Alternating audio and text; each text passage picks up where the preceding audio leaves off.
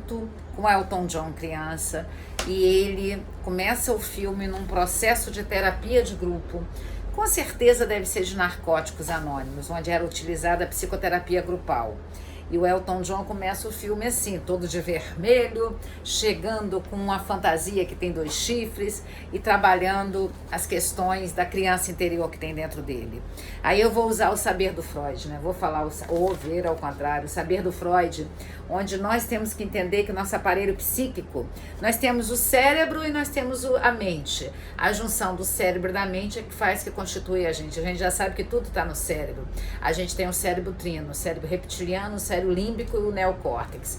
Mas esse é a questão da mente, da consciência, da emoção. E a parte física também está acoplada ao cérebro trino. Então nós temos esse aparelho psíquico que é representado analogicamente pelo iceberg.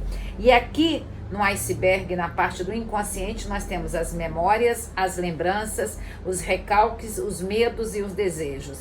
E o psicólogo, ele não trabalha com o inconsciente, ele faz psicoterapias. O psicólogo tem várias abordagens, né? Ele tem gestalt, cognitiva, comportamental, abordagem centrada na pessoa do Carl Rogers, psicologia analítica do Jung, tem fenomenologia, tem os testes projetivos, são várias abordagens. O psicólogo, ele faz psicoterapia e o psicanalista trabalha, o objeto de trabalho do psicanalista é o inconsciente. Para você ser um analista, você tem que entender do inconsciente de quem está na sua frente. E esse inconsciente, ele não tem uma lógica que está no passado, ele está no presente, ele se manifesta no presente. E como que ele se manifesta? Pelos atos falhos, pelos xistes, pelos sonhos, pelos recalques, pelos mecanismos de defesa do ego, que protege o ego de entrar em contato com a realidade. O ego é protegido pela censura, é a luta que vem do id e do superego. Essa luta do id e do superego, quem ganha é o mecanismo de defesa. Nós temos mecanismos de defesas desejáveis. Por exemplo, esse acontecimento que teve com o marido da Flor de Lis, que morreu assassinado, e estão percebendo que foram os 2 filhos dela, um adotivo e um de barriga dela, que planejaram a morte e assassinaram o marido dela. Então, esse primeiro momento, a Flor de Lis vai viver uma negação. Essa negação é um mecanismo de defesa que protege ela de entrar em contato com a dor dela, uma dor forte, uma dor real. E é normal, é um mecanismo de defesa desejáveis. Mecanismo de defesa desejável. A gente tem os indesejáveis, por exemplo, projeção, quando você imagina que a outra pessoa ela é algo que você imaginou. Então é mecanismo de defesas indesejáveis. Projeção, isolamento, regressão e recalque são os mecanismos de defesa que a gente não deve ter. Que quando a gente tem esses mecanismos de defesa, a gente está mostrando que nosso inconsciente não está nada no passado, ele está no presente e ele se manifesta pelos mecanismos de defesa. Nós temos vários mecanismos de defesa, nós temos sublimação, formação reativa, condensação, deslocamento, muito utilizado. Condensação, deslocamento é muito utilizado nos sonhos, que a gente leva para o sonho nosso inconsciente. E no sonho a gente manifesta quem somos nós. Só que nós viemos deslocado e condensado em várias pessoas. Porque se vier a gente acha que não é a gente. Então no sonho aparecem vários mecanismos de defesa. E com isso a gente não vai dando conta de enfrentar a gente não vai dando conta de ver quem somos nós. E automaticamente, não enxergando quem somos nós vamos ficando imaturos. Nós vamos ficando pessoas que não damos conta da realidade que a gente vive. E quando a gente não dá conta da realidade que a gente vive, o que acontece com a gente? Nós vamos viver aquém do que a gente merece viver. Porque a gente vai se afastar das pessoas, porque a gente tem medo das pessoas, porque as pessoas sinalizam o que está dentro da gente. E quando a gente está olhando para a pessoa e percebendo que às vezes a pessoa é de um jeito que a gente imagina e nem conhece a pessoa, o que é isso? É um mecanismo de defesa que protege você. E esse mecanismo de defesa que protege você, ele não pode ser indesejável, porque se for indesejável, você não vai amadurecer.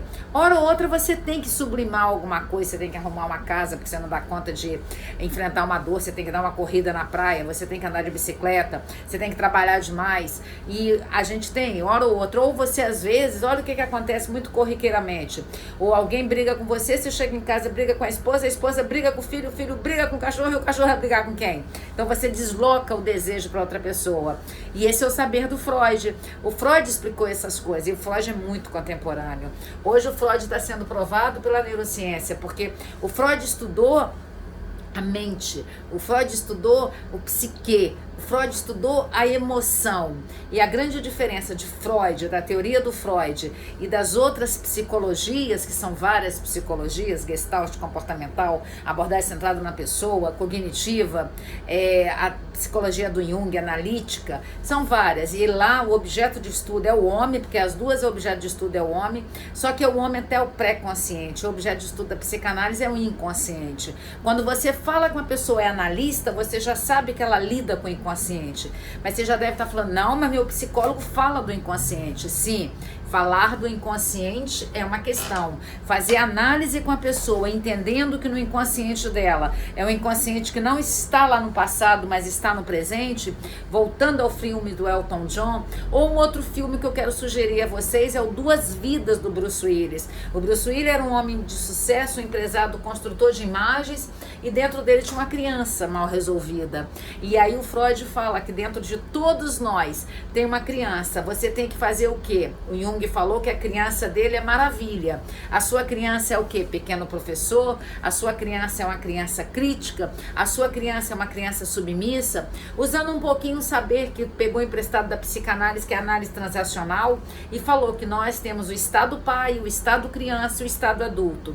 Você não pode ficar muito tempo no estado pai nem no estado criança. Você tem que ter o estado adulto. A sua criança tem que ser criança maravilha. O seu pai, às vezes, pode ser nutritivo, mas quando seu pai é crítico e ácido, pode ser que ele esteja manifestando questões do pai abusivo ou da mãe abusiva. Pai, quando diz, não é só homem, é metaforicamente um pai no sentido daquela pessoa que protege, que nutre ou que é crítica.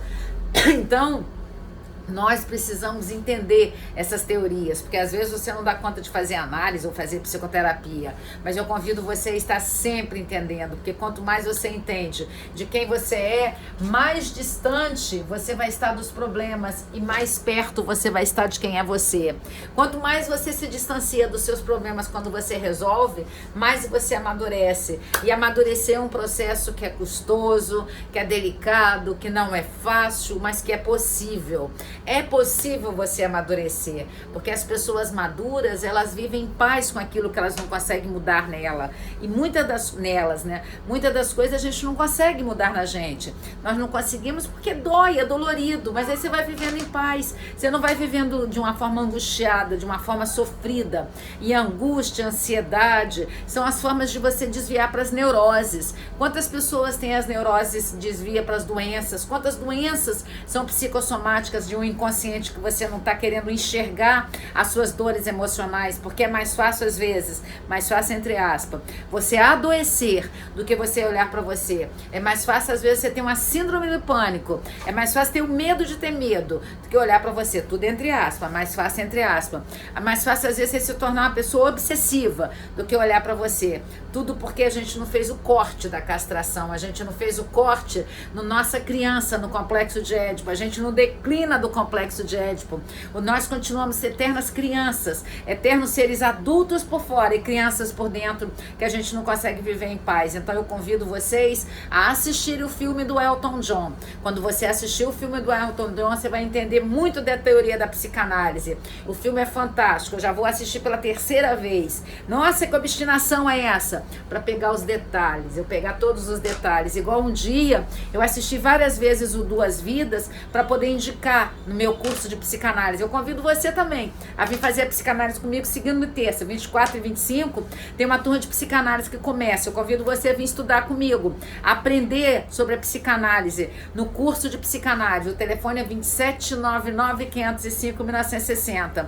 Eu convido você a assistir o filme do Elton John, para você pegar esses detalhes, essas nuances da psicanálise que estão lá representadas. Você vai adorar, porque o filme não é psicodélico, nem é só um musical. O filme é uma vida de um artista que quis compartilhar com a gente a dor que ele sofreu do abandono do pai e do abandono de uma mãe narcisista e de um pai narcisista. Graças a Deus que ele tinha uma avó que cuidava dele. Então eu quero dizer para vocês, se você fizer essa passagem de entender quem é a sua criança interior, com certeza você vai poder dar a mão à sua criança interior e abraçar a sua criança interior. E quando você abraça a sua criança interior, você fica mais feliz, tá bom?